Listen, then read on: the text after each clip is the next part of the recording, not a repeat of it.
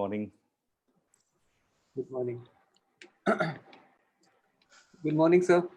A very good morning, Bala, and our distinguished speaker of the morning, Ayaz sir. Thank you. Thank you.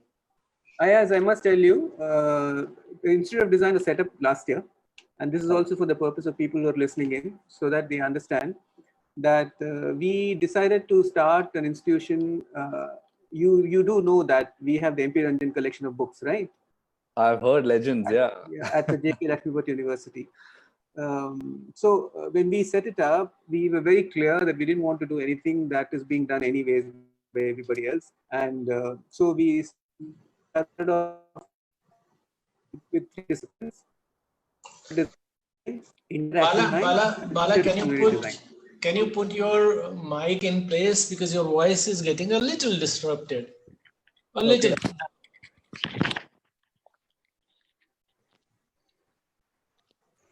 So, so this interdisciplinary design is something which we created with New Animal, which we've created, because I believe that there is this requirement for a generalist designer, and and when we floated this idea with everybody else, they all agreed that there is a place and there's room for somebody who can have a what we call as a T-shaped personality, where you learn the breadth of the work of design disciplines, but you specialize in one of them. Lovely. And so that's the reason why I've been scouting to see what can be presented as an interdisciplinary work, and your work obviously stands out, in that domain very well. And but you did it by choice, as in you chose to do this, But we'll have students who will be who will also trained be to do this, and but they'll be trained, So absolutely. So that's absolutely. the difference, So Fantastic. that's the reason why I wanted my students to see your work and get inspired, which I'm sure they will. If I got inspired seeing your work in CISM, so no pressure. Yeah. No, sounds great, and I think it's really the way to go. I mean, I think the structure of this program will probably inspire many other disciplines to actually go interdisciplinary, maybe as modules or as as outreach, or in any way kind of facilitate this sort of interdepartmental learning. And I mean, I think it's a great segue for my presentation today, because I mean, I actually wanted to ground it in a worldview. Like, I feel like a lot of practices are extensions of the way we view the universe, right? Like, I mean, if we view the universe as deterministic and things like, if then this follows that, then we tend to create a practice in that image. But if we view the universe as a constantly collaborative, interlinked kind of a web, then the practice is created in that fashion as well. So I think the idea is to kind of shift from a modernist 60s perspective to like a postmodernist, kind of a networked society kind of a view of culture. And then I think we'll be able to manifest institutions in that image. Right. So, We're hoping to do the that. backdrop. Yeah. So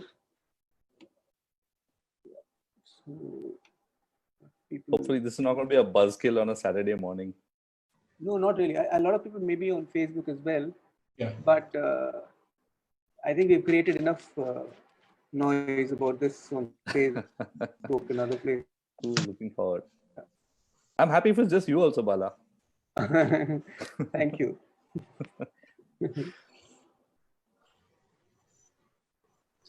So this morning I had a message from one of my students at NID who's now working with Samsung. So he said, yesterday we had a Zoom meeting of all the batchmates, and he said, we missed you and your teaching and your form classes and other things. So I thought I'd connect with you to see how you're doing and how your family is and how safe are you, etc. So I've been getting a lot of these from a lot of students of mine, which is nice, because suddenly they've all realized that you need to connect. I think everybody feels the urge to connect because of this lockdown. True. Yeah, absolutely. You never know how it is going to unfold further. So it is better to establish as much rapport, as much connect as possible, right? To know each other's well-being, welfare, and also, get an insight as to what the world is looking at it? How is it feeling? How is it understanding? How is it addressing? And also, Bala, I thought I'll just say what I have to say, because where are we in terms of time? You just tell me, because I would need about 2 minutes. We can start in 2 minutes. Yeah. So that is the way. That is what we look at. In fact, it was with that intention from the university side, wherever we had overseas connects in particular, whether they were institutions, whether they were faculty, whether they were alumni, and so on and so forth, wherever they are all over the world. So the first thing that occurred to me, I sent them a courtesy mail telling them, how are you kind of things, and this is your place. Tell us if we could do anything. And trust you me, the responses have been, tremendous. And what I could see in those responses, that emotion was oozing like anything. They were also feeling, connection and connection and connection is the way forward in such a disrupted way of life. So established. I got a call from my colleague whom I had an occasion to teach at IIM Lucknow, right, for about only a month, right? And that is at Duke University. He is their chair for their Center for Public Policy. So he just wanted to say, after he received the letter, then he called me and we just talked about an hour, which we might not have spent when he was there with me at IIM Lucknow. Just so that is what it is. These emotional moments, these are very, very sensitive. Should we start? We have about 25 odd people here.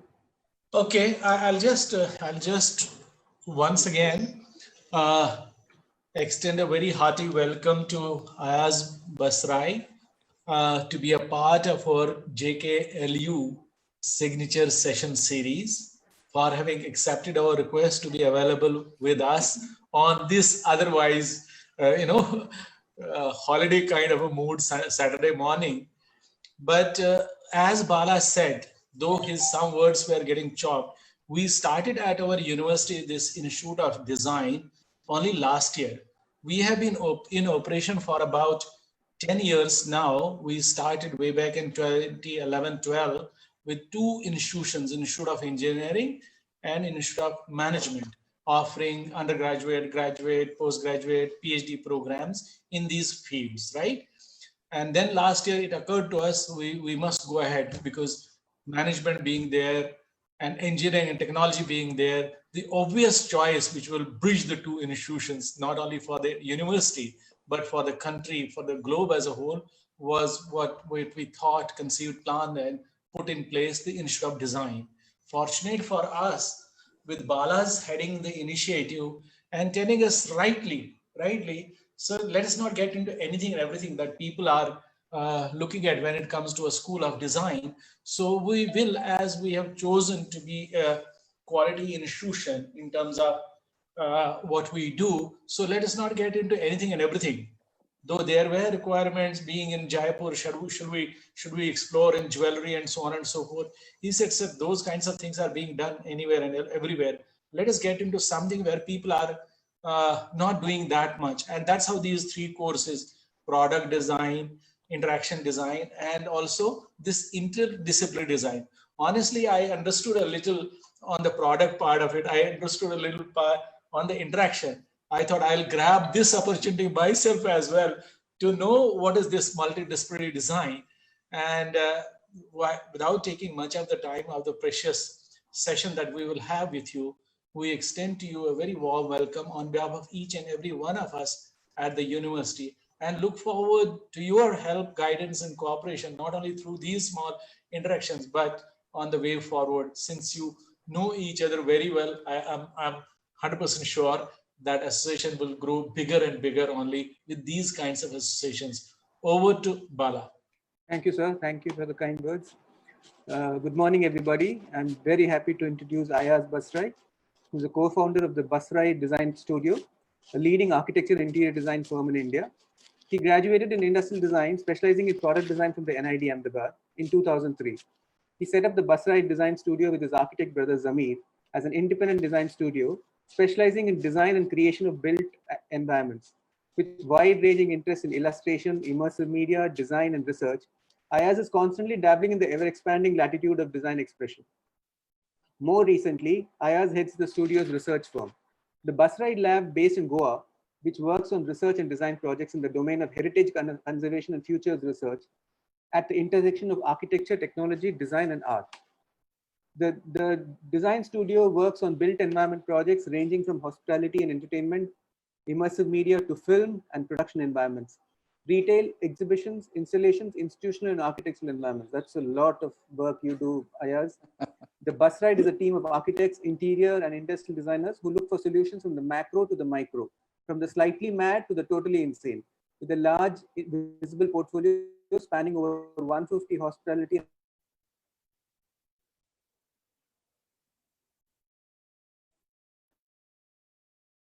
more by diversity and chaos rather than coherent output. The studio's research arm, Goa-based Bus Ride Lab, works to develop an open source intellectual pursuit to further the discipline and is actively engaged with teaching, workshops, and reskilling projects. Together, the studio and the lab aim to create an active connection between research and practice to better inform our work. That's quite a bit of, quite an introduction, Ayaz. We're all very excited to have you here. Looking forward to the presentation. Over to you. Thank you, Bala. Thank you very much, guys, for having me. I mean, that long introduction was mostly describing one project in many ways. So we haven't done that much work.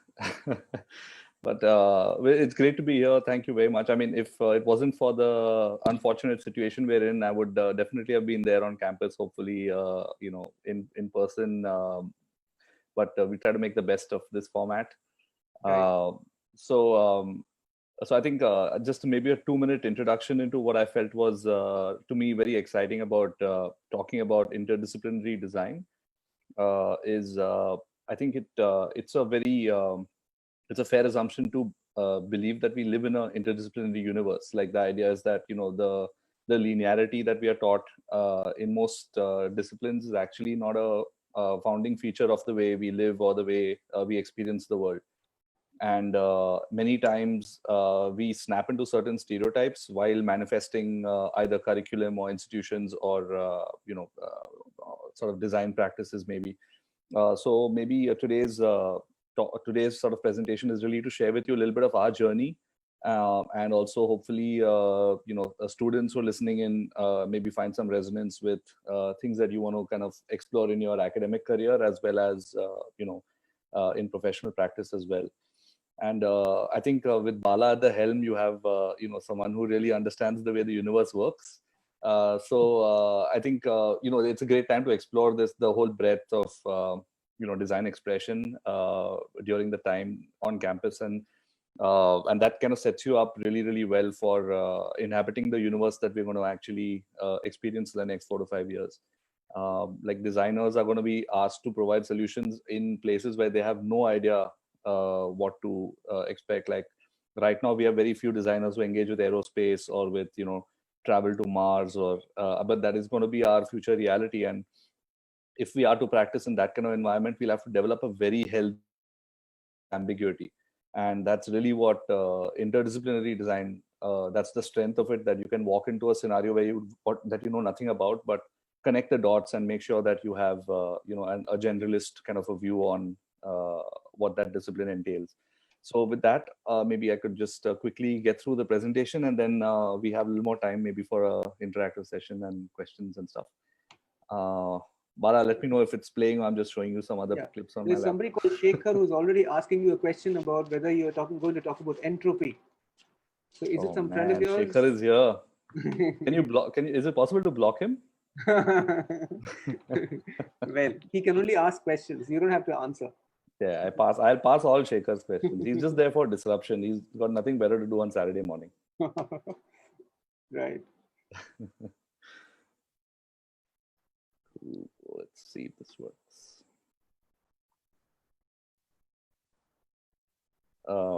Is that okay? Yes. Okay, awesome. So I think like the 3-page introduction mentioned, I'm going to be talking about about living in an interdisciplinary universe. And I think one of the things that you know, design offices as well as many other entities kind of operate on is an operating worldview. So what I kind of believe is that there's a certain mental image that we make of the way the universe works and the way the world works and the way practice works and the way projects work. And based on that worldview, we tend to create either processes or sort of thought frameworks that allow us to then navigate within that worldview. And what I'd like to question today is the stereotypes of that worldview. So, I mean, this is a interesting sort of a theory that looks at thought as an arborescent system, which is essentially descended from trees. So, like the way humans descended from trees, I mean, the history of Western thought is also actually based on very strong tree metaphors. And if you look at ideas of causality, like say, whenever you see a diagram of a flow chart or things like a family tree, or any kind of pyramidal organization which has a person at the top and then a large branching sort of system of hierarchies below. We see this manifesting regularly in our kind of institutional framework. We see this also in our classrooms, like where you have the metaphor of the sage on the stage, which is essentially someone who's going to be imparting knowledge to a group of people who are kind of listening and taking out. So this sort of whole metaphor begins in the idea of the tree, which is really this sort of paradigm of making things happen, right? Like, so when you say, I want to make things happen, I think there are certain statements that you may find familiar when people say form follows function, or if then this, like there's a sort of if then causality kind of a framing. That is really the roots of arborescent thinking, because here we say that things exist linearly as a flow chart. Like if you do this, then this will happen. If you do this, then this will happen. It's a bit like how you code, code for computers. And it's a sort of a more simplified linear thought process. And the prevailing paradigm is to make things happen. What I'd like to introduce today is a new metaphor. Like if we had to actually take the tree out of the picture and consider a rhizome. So, I mean, I think this is all like sort of 8th, 9th standard biology in school, but just a refresher. A rhizome is a modified subterranean plant system that sends out roots and shoots from its nodes. So you'll have very well-known rhizomes are ginger, turmeric, bamboo. These are the kind of organizational structures that are characterized by rhizomes. And what's interesting about a rhizome is the way it propagates. Like if each piece is taken apart, it gives rise to a new plant. And that's really one of the peculiarities of this sort of natural system. And of course, I mean, most of us have intimately interacted with many rhizomes without probably knowing that they were rhizomes. You have the lotus is a rhizome as well. Ginger is a rhizome. There's lots of these really kind of understated rhizomes. What's also interesting is that the rhizome is an organizational framework. So your brain is a rhizome. Like a lot of neuroscience actually hints to the fact that if you can actually take out large chunks of the brain, there is still embedded intelligence, there is still memory, there is still many kind of higher order functioning is still intact because of the way the brain is structured. It's not linear. This part is required to do this function. Like every part picks up the load of the whole. So it's a very, very strongly interconnected kind of a neural net, which is the best way to describe the brain. And the internet is a rhizome. So for example, you can't shut down the internet from somewhere by flicking off a power switch. The internet is now multiple copies of copies of copies of copies, and that it kind of mimics the neural net in our heads. And it's an extremely resilient, extremely kind of long-lasting system. And this is an interesting image. Like you have a neuron, a city, and the universe. Like this is the largest known image of the visible universe. And what you'll see is all of them follow rhizomatic kind of structures. So, I mean, the assumption one is making here is that we are living in a much, much more interconnected, interlinked, networked kind of a universe than we give it credit for. And if one has to create this mental image first, like the way we've manifested, say, banks or armies or government systems or all these kind of institutions, including most design schools, you'll find a very strong pyramidal top-down hierarchy in the way these institutions are conceived of and then managed subsequently. What one is then arguing for is a discipline that that stretches its borders all the time, that it's constantly looking for outlets and connections, and it always looks at itself as a node in a network and not really the generator of any kind of thought process. And this fundamentally changes the way we operate. So one is really questioning what really changes here, right? Is it just a fancy way of saying the same thing in different language, or is it actually a structural difference? So I'd like to spend a little time on this. If you look at a mental model for practice, what we normally do is we place, say, a senior designer, or depending on the institution, you'll have, say, the head of the institution, the CEO, whoever is supposed to provide guidance and leadership to the institution situates himself at the top of a pyramid. His entire network of staff and subordinates kind of form the top layer of the pyramid.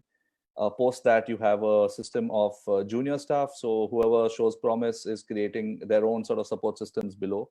And say within that, say 9 or 10 kind of options, you'll have maybe 4, areas for which the organization wants to focus. So me running a design office, I would have, say, 4 areas in which I see a certain amount of market resonance, see certain amount of billing, say certain amount of maybe peer-to-peer approval, and I would then focus my energies on these 4 nodes. And from those 4 nodes, I would create maybe a longer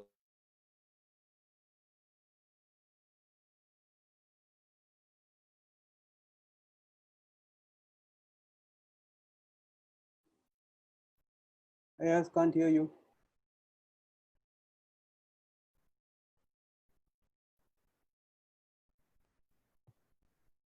we consider ourselves as a outward branching kind of as a format. So I think you were inaudible for a few seconds. Yeah, we missed a bit. Can I go back? Yeah. Little bit, yeah. The last 4 nodes. And sure. Can I start here again, maybe? Yeah. Cool. So yeah, I mean, I think so once you create a network of subordinates, this sort of structure starts branching out on its own. And in a completely design office kind of a scenario, you look at there are 4 or say 5 areas in which the design office tends to focus, and these become areas for deeper inquiry. And eventually those things spin off, and the end of the practice, one can actually say maybe 3 things survive, and those 4 last things are actually what the design practice is known for, or is the legacy of that design practice, or this is what the design practice leaves behind as a memory of what it used to be. And you can see from the model, it's very, very clearly a flowcharted kind of a more linear decision matrix based kind of a thought process. But in a rhizomatic universe, we consider a lot more chaos. So if you consider yourself in the center in this picture and not at the top of a pyramid, what you can actually end up visualizing is a more sort of a chaotic sideways growth. And within, say, 6 or 7 effervescent kind of explorations, you may spot resonance in 2 of them. And those 2 sort of tend to create a sort of a secondary web of interactions, and each of these interactions actually then spawn a list of collaborators. So if, for example, if woodworking or if model making is your thing, your collaborator network will extend in that domain. If you're a musician or you want to do a project within music, your collaborator network will grow on both sides. And it's a fundamentally different kind of growth, and where the resonances that you spot are actually fairly all over the map. You'll find resonances within anything that you explore. So if you're a traveler, you'll find resonance within travel. If you're a so then there are minor resonances that occur fairly chaotically on this kind of a web, and these grow into further kind of further sub projects, and you'll then find the legacy or the story or the end of the practice occurring in various different kind of nodes and domains. And what's really, really interesting is because this collaborator web is so wide and so far, and this doesn't sit only within your own organization, it sits across the world maybe at times, you will find that different people's webs overlap. And you would have a system where you are part of someone else's collaborative net to a large extent, and maybe 10% of your time is going towards doing a collaborative project with someone who's a professor of, who's a hacker, professional hacker in, Serbia, to someone who's, say, doing some sort of rainforest research in Brazil. And then you can actually reach out to all these people as in sort of a much, much flatter hierarchy list kind of a way. So in this case, one is imagining themselves as an intelligent node in a network, and not really the sort of the top or the generator of sort of a pyramidical hierarchy system. So this is very, very symbolic of rhizomatic growth. And this is really where I feel the future of, a fantastic discipline like interdisciplinary design lies, is that it should encourage promiscuous collaboration between, and I think most design institutes look at collaboration in a very fairly blinkered way, because they look at collaborations purely within the institution. Like you'll have a graphic designer collaborating with a product designer, collaborating with a textile designer. But I think we tend to forget that many times we're preaching to the converted. One actually needs to encourage the net of collaborations to go into activist groups, into what is the grammar of collaborating with a lawyer, for example, who is filing a public interest litigation against some sort of a social evil, and how does design support that kind of PIL. So it requires a certain looser understanding of many, many things for us to actually gain relevance in society. Otherwise, designers are normally brought in right at the end of a long decision tree to make the things look pretty. So while many other decisions are taken down up the line, we are actually much, much further downstream. And if we are to be able to swim upstream, I think we'll have to be relevant to a lot more disciplines. Like we'll have to be relevant to lawyers, we'll have to be relevant to policymakers, we'll have to be relevant to government, so that they look at us with a sense of seriousness and say, okay, these guys are open to collaborations, and they're always looking to collaborate and always looking to build bridges.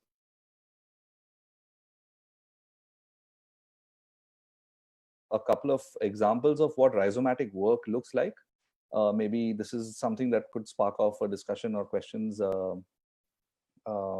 maybe in the future after this.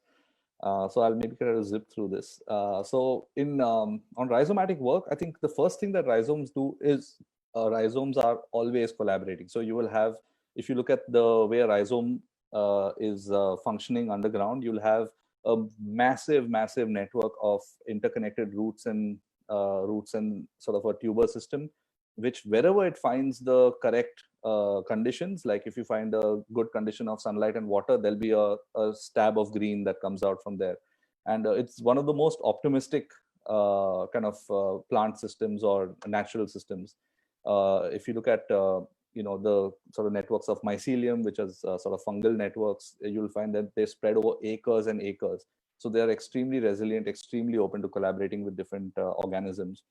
So on the basis of collaboration, what we've also done is, as a studio, we are part of something called the Bandra Collective. So this is 6 architects who are all Bandra-facing architects, who all have their practices in Bandra and are also deeply committed to the future of the suburb.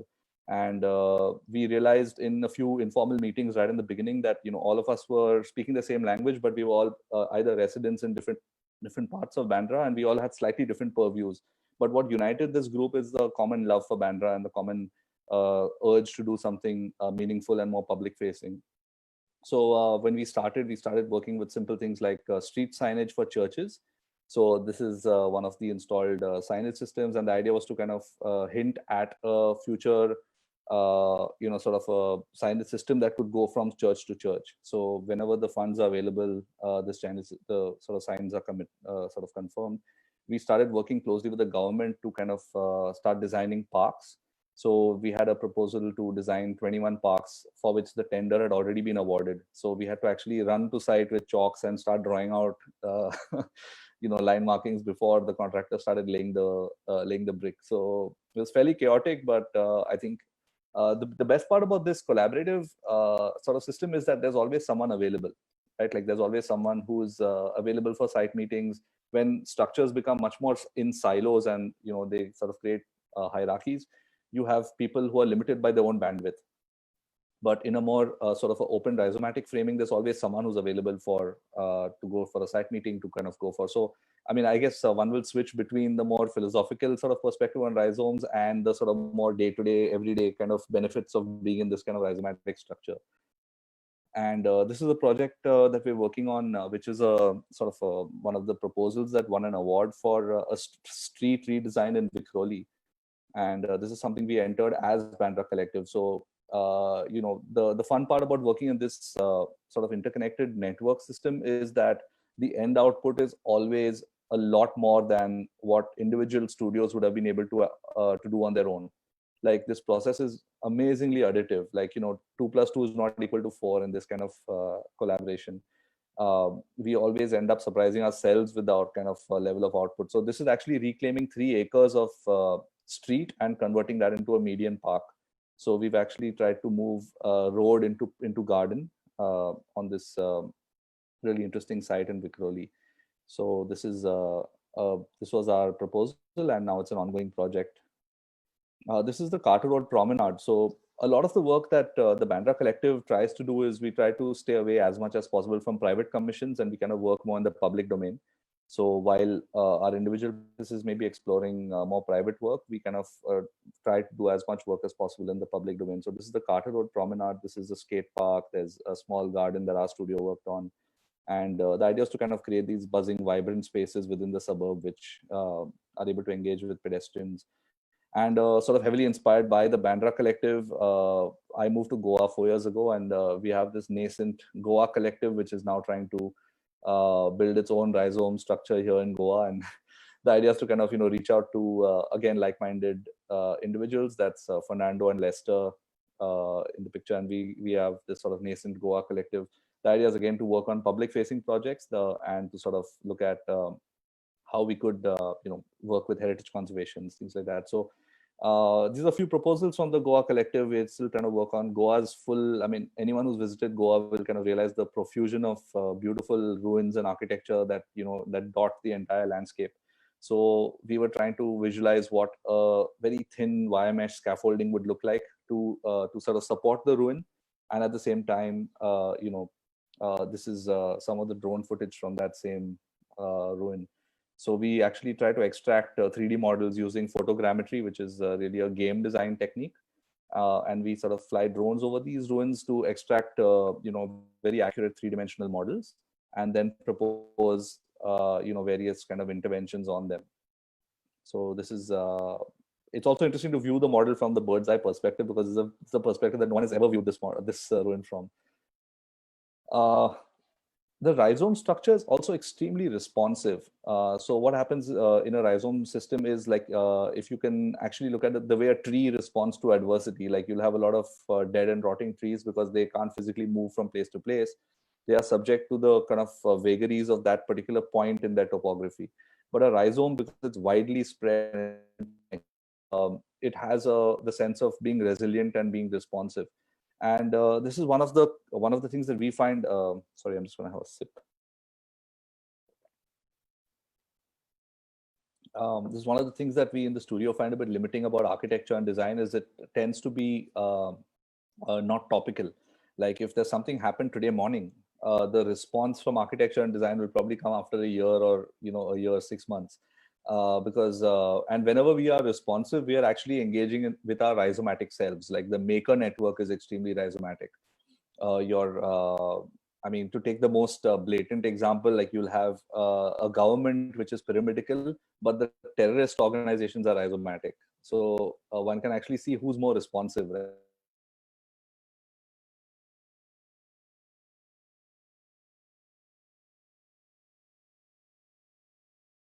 It stopped, it froze.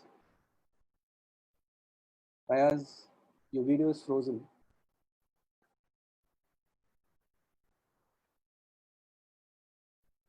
Responsive and extremely kind of, so yeah. So in one of the things that we try to do is in the studio is we work on speculative fiction.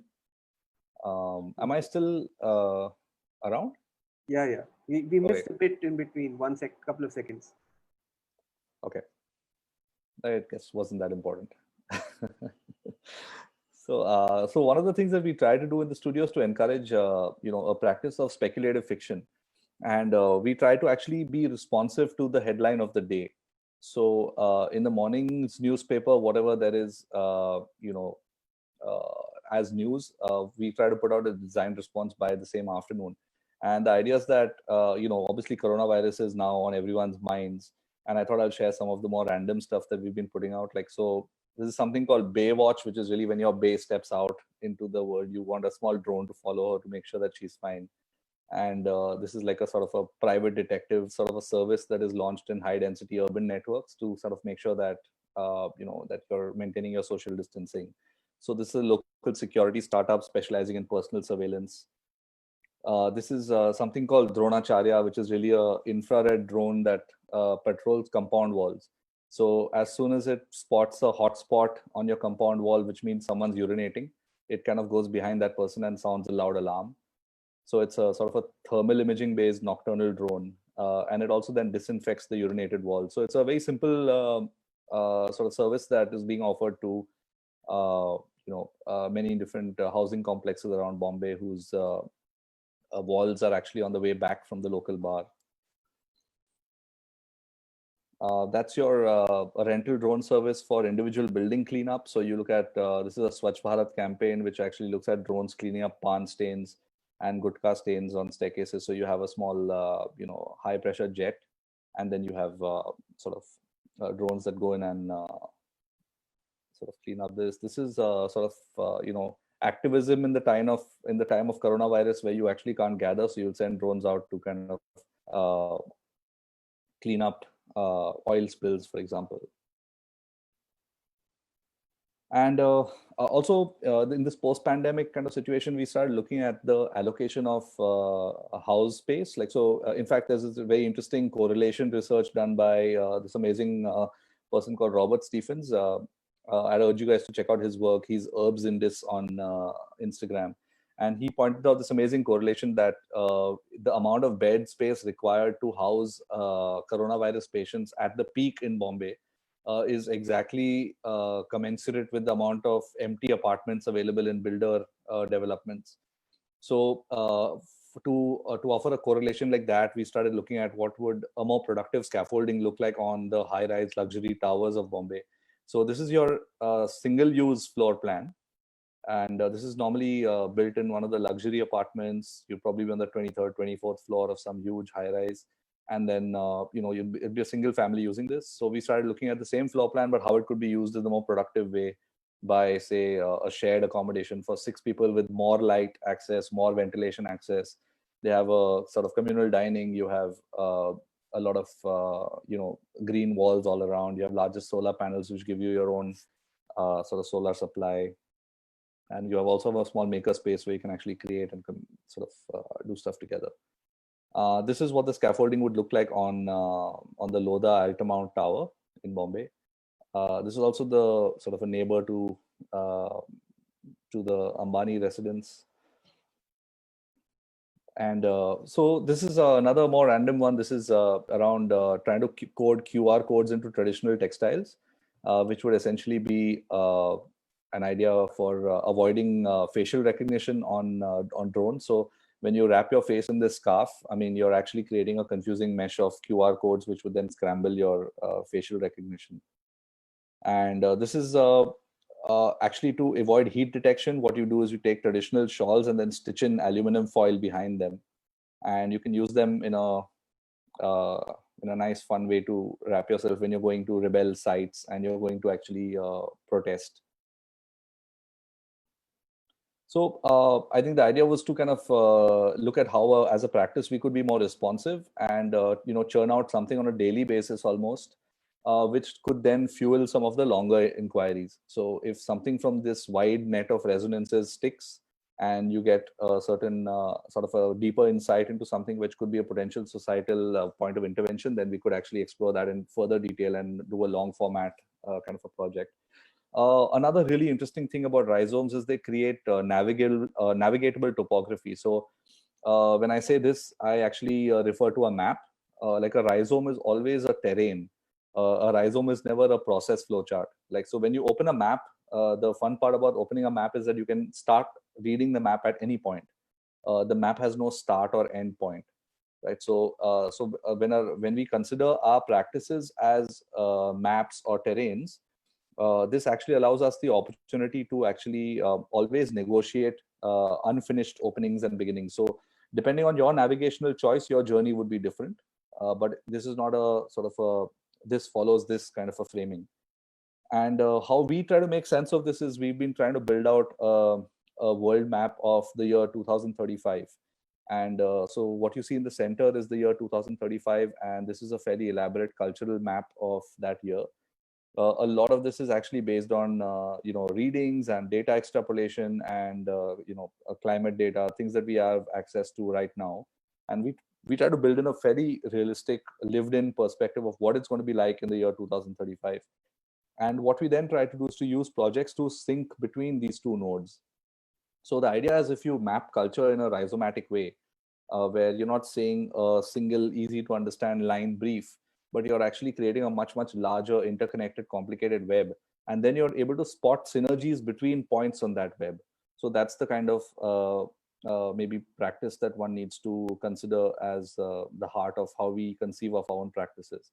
So, there's stuff right from the destruction of the planet to like an ongoing educational model, which could be something based around a perpetual school where people sign up for life for education. They don't have a 3 or 4 year program. You sign up for the next 50 years. And the university is part of your entire evolution as a practitioner. You'll keep coming back for regular inputs. You never stop filling your car with petrol, so there's no reason why education should ever stop. So one could actually consider a very, very healthy symbiotic relationship with the university for the entire duration of your professional practice. And the interaction varies from people coming back to teach, to people coming back to learn new skills, to people, and the university is also mentoring and guiding you through your future life. So these kind of insights only come up from a much, much larger mapping of culture in general, and to see what are the kind of future skills that are going to be required from us, what are the kind of future jobs that are going to be coming out. Because if you look at our school system, we normally train people for becoming efficient middle management. Like that's what the entire school system is geared towards. It's not really geared towards teaching people to live in an interconnected world. And that requires a very certain specific skill set of being able to squash your own ego, to be able to actually be part of a larger network of people and not really be the generator of projects at all times. Your project will most probably start somewhere in a net above yourself, and you will have to plug into that net. So there's a certain amount of comfort with that kind of a sort of relationship that one needs to develop on campus, I guess. These are some more things. So within that large net of possibilities, we look at how luxury brands are going to actually work with the pandemic. So these are this is the Louis Vuitton sort of personal protection equipment. We also started thinking about the idea of borders. Like, so say if the border of India and Pakistan could be kind of reimagined as a garden. So this is a sort of a response to the Statue of Unity, which was put up in Gujarat. So if one had to say put the same amount of funds and money into a sort of a bilateral peace process, and consider that instead of a Statue of Unity, you have multiple gardens of unity, which actually allow people from both sides of the border to meet in a beautiful no man's land, and exchange exchange cultural information, exchange family kind of things, and then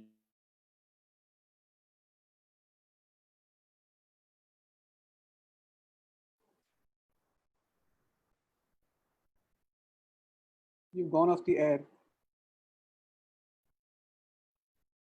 Ayaz?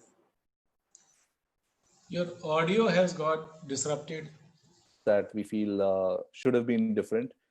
We put out the news that we think should have been in the news anyway. So this is one of the largest infrastructure projects in Bombay, which is the Coastal Road.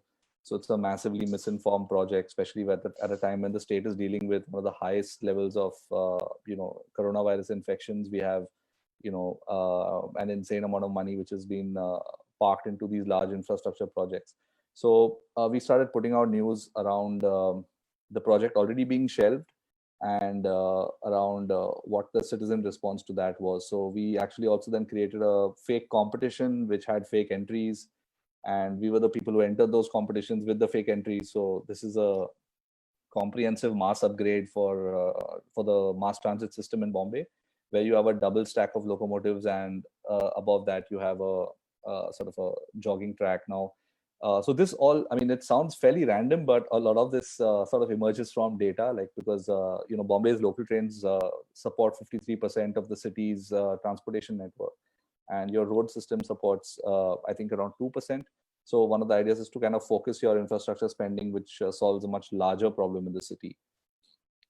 This is an interesting nudist kind of a colony, which is in the outer reaches of Ladakh. So one of the ideas was to kind of, because those areas are naturally cool, we can actually house a large data server there. And what happens is that when you have that amount of data and server processing, you need inherent cooling, and to put that sort of a massive server farm in the city, it sucks up huge amounts of resources. So if you could actually put that into the Himalayas, where your data is cooled and therefore it's a lot more efficient, your thermal runoff could actually be a spa in which trekkers could come and actually use a hot water spring that's generated by your data. There's some more fake news. This would probably look familiar to you guys in Jaipur. I mean, this is so we put out this fun fake news around Jantar Mantar commissioning India's first astronomical AI, which actually is now still discovering relationships between alignments. So say, for example, I think we put out this thing around some 7 or 8 exoplanets have been discovered by processing alignments in the Jantar Mantar. So we got a lot of love for this. I don't think too many people saw the irony behind it. Then obviously you have Trump. I mean, no design office can be content without taking a stab at Trump. So this is President Trump's record in the first year of his operation. I think he made 1,628 false, misleading claims in 300 days. So one of the ideas was that as a political environment, if we had to deploy a large fact-checking AI, which works in the background on all political discourse and all political stages, it shuts your mic off every time a lie is uttered. So you can actually crunch large amounts of data real time. And every time someone says a false or misleading fact, I mean, essentially your mic shuts off, or you get a mild electric shock, depending on what country you're in. This is a human AI kind of a collaboration drone inlay. Sorry. There's a sort of the machine calculates the path for your geometric patterns and sort of laser etches the design, and then the humans kind of come in and fill the infill with semi-precious stones. This is some more experiments we're doing, which are called Mughlai, which is essentially an sort of intersection of Mughal and AI. So we kind of look at inlay patterns which are kind of treated through processing, and computer algorithms which kind of create new inlay patterns and stuff like that. These are this is an Uber screen from 2035, which shows a flooded city, and at 63 times your regular rate, you can actually get a life-saving raft. So this is how companies are going to thrive in submerged cities, essentially. Once 2 degrees of climate change hit us. That's the first, Kathputli performance using drones. So these drones are being programmed from far away, and a puppet is being made to, be responsive. This is again a craft in the post-pandemic era where you have no contact crafts, which could potentially be run by drones. These are visuals of Bombay in 2035. So we actually looked at the entire belt of Marine Drive becoming a large terrace farming belt, because people are actually not able to get out of their homes to buy simple things like fruits and vegetables. So people started growing their own on all the rooftops. And then what happened was that society started collaborating to put up these sort of bridges between the buildings. So what we've done is created a massively green navigatable environment above the city. And you have your city's parkour community, which has now co-opted those kind of ropeways to kind of create a whole new navigation for the city. That's Bombay. currently, and that's Bombay with a 2 degrees temperature rise. So in visualizations like this, one is able to use data and use a sort of a correlated understanding of what's going on in the world. How does a design office respond to something like a 2-degree climate change data? Like, what is the kind of design response for us? And if one is able to visualize cities like this, which is like a completely flooded, submerged city, which is probably going to be a reality in Bombay in 2050, as government or policy or as design offices engaging with this kind of scenario, what are our kind of, does our entire navigation system need to be floating? What are the kind of things that one could actually start visualizing as responses for a submerged city? This is an interesting example. We also designed the India Pavilion at the Dubai Design Week. So that's our pavilion, the glowing yellow spot in the center. And what was really interesting about this was the process. Like, we kind of decided to test out this rhizomatic kind of a thought process in the design of this pavilion, where it was not designed by us. We were one of the nodes in a network of people. So there's the wood that you can see in this image came from the workshop of Fernando, who's a conservation architect. He was, he got access to this 400-year-old chapel in Panjim, which was undergoing renovation. He got the wood from there and he converted them into these kind of stars. We had 7 artists working with 7 different tribal myths of telling the stories of how those myths were created, interpreted by a Pune-based textile designer, Mansi, who then took these icons and motifs and converted them into lamps. The only thing that we actually contributed to this process was to actually keep a tessellation, so things fit well together when they come in.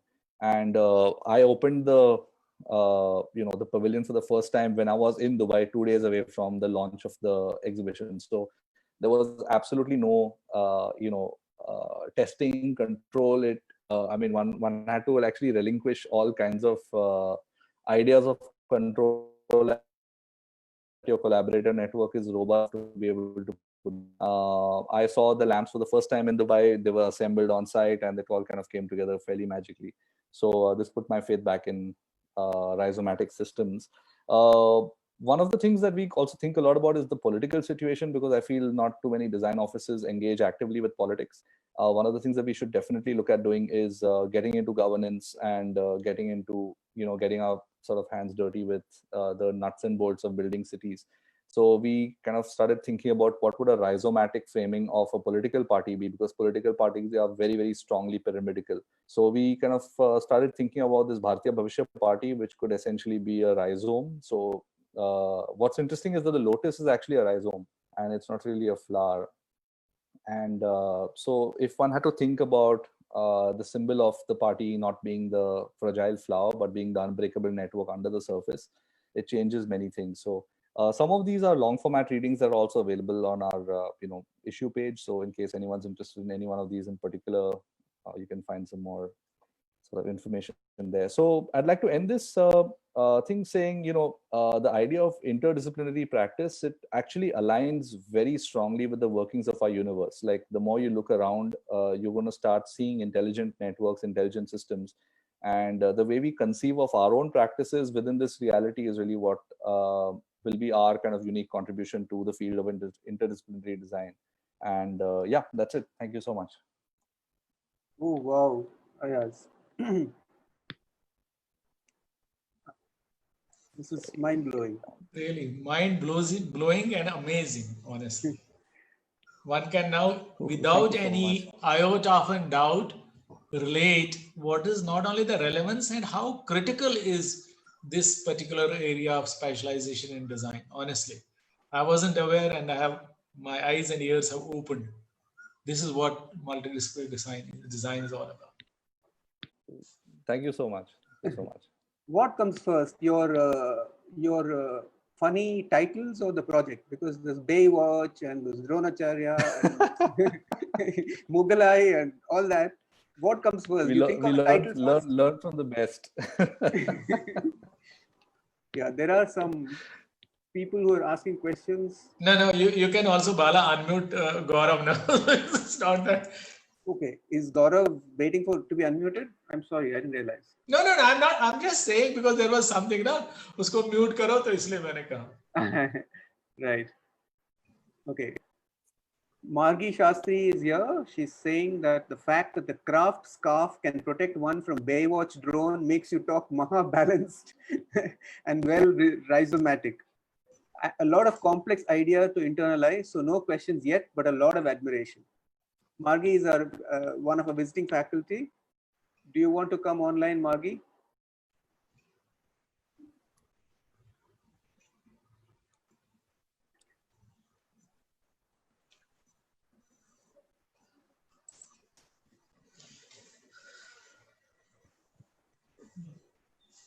Margi, you want to say something? There are some couple of people who ask questions. I'll just Shekhar. Should I still block him or should I let him ask you a question? I think Shekhar should be blocked for life. Shekhar, I'm sorry, I can't allow you to talk. No, he's good, Shekhar. I mean, maybe Nehal. I'm sorry, I can't get the second name. Nehal. Got a question? I've unmuted you. You can talk.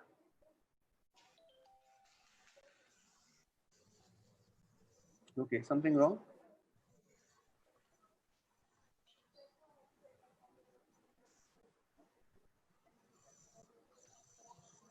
All right, technical glitches.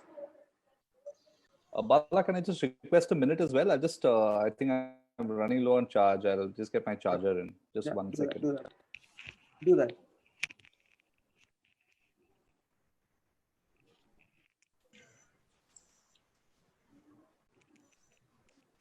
Gaurav, are you here? Yes. Gaurav, I'm not able to unmute a few people. I don't know what's wrong.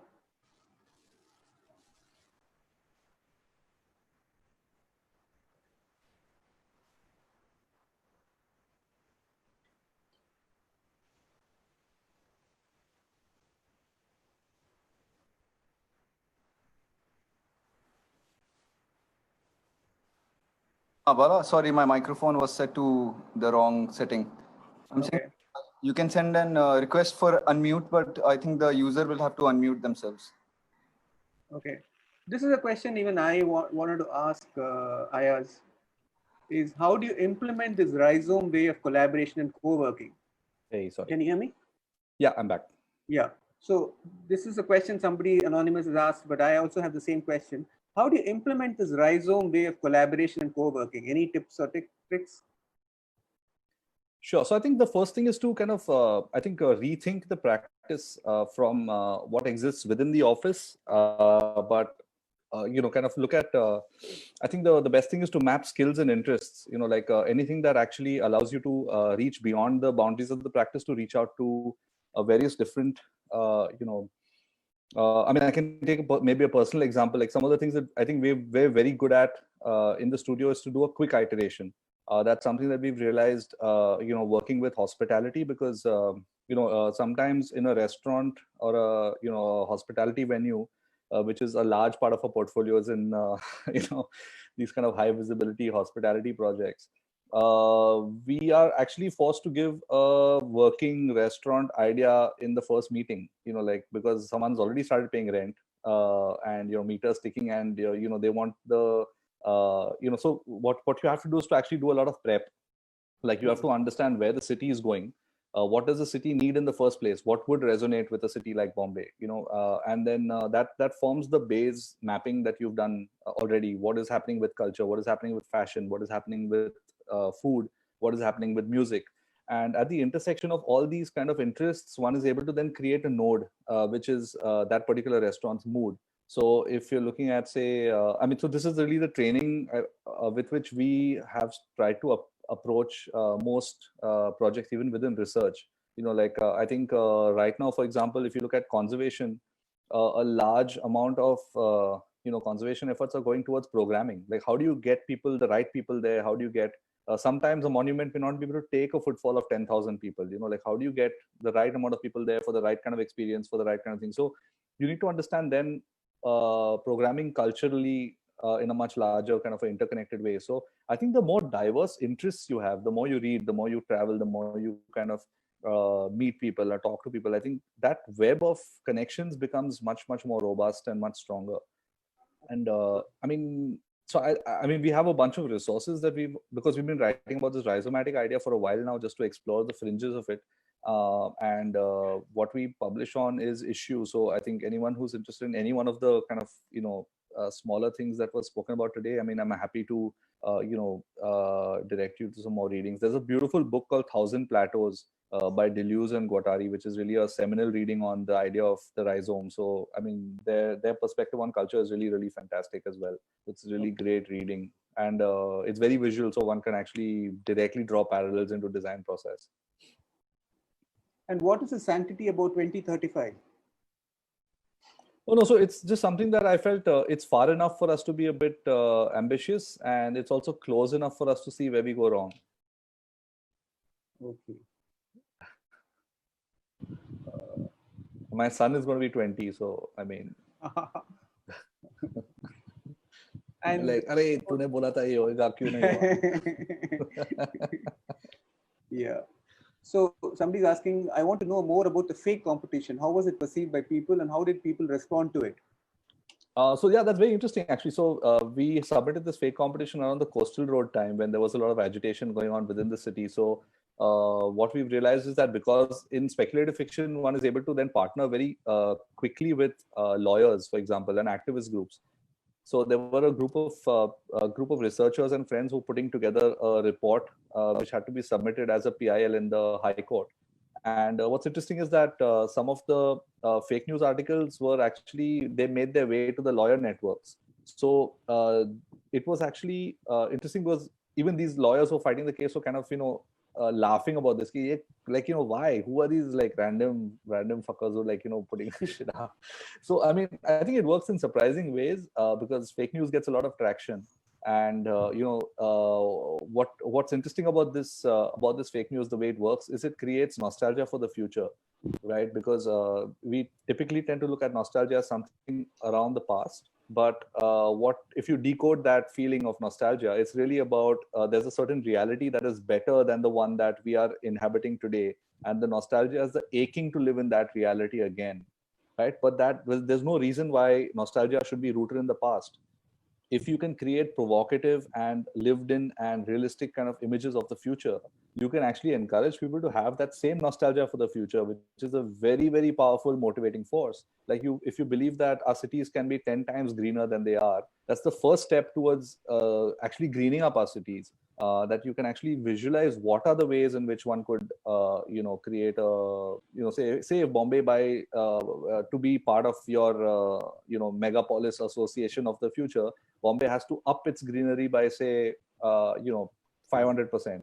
Now, what are the things that the government would do in that case? And, push comes to shove, as citizen groups or empowered citizen groups, which hopefully every design person on this is an empowered citizen. If one had to assume that this sort of pressure exists on us today, what would we do differently? It's just as easy as asking those kind of questions. So the first step is to visualize it. The second thing is to kind of see traction and see which collaborators exist and which are the networks that you can tap into.